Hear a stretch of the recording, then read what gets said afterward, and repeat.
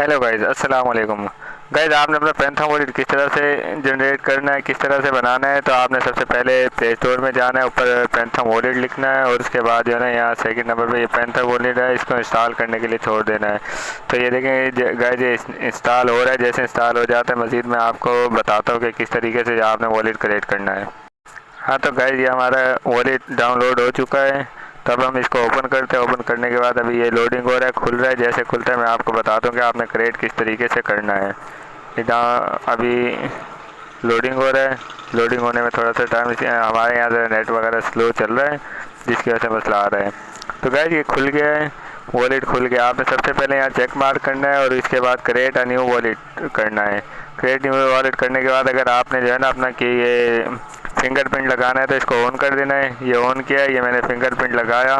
Fingerprint लगाते ही ये मेरा डिवाइस से कनेक्ट हो गया। नेक्स्ट किया। नेक्स्ट करने के बाद ये आपका जो है ना आपने इसको करना है, यानी कि ये पास फेरस है, इनको आपने अपने पास सेव करना है।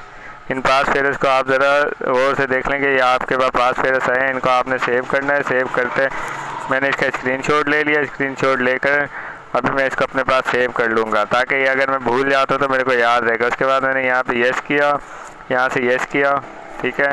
यस मैंने इसको कॉपी कर लिया, सेव कर लिया है। ये अब हमने यहाँ से जाना है, गेट स्टार्ट पे करना है, ठीक है गाइज।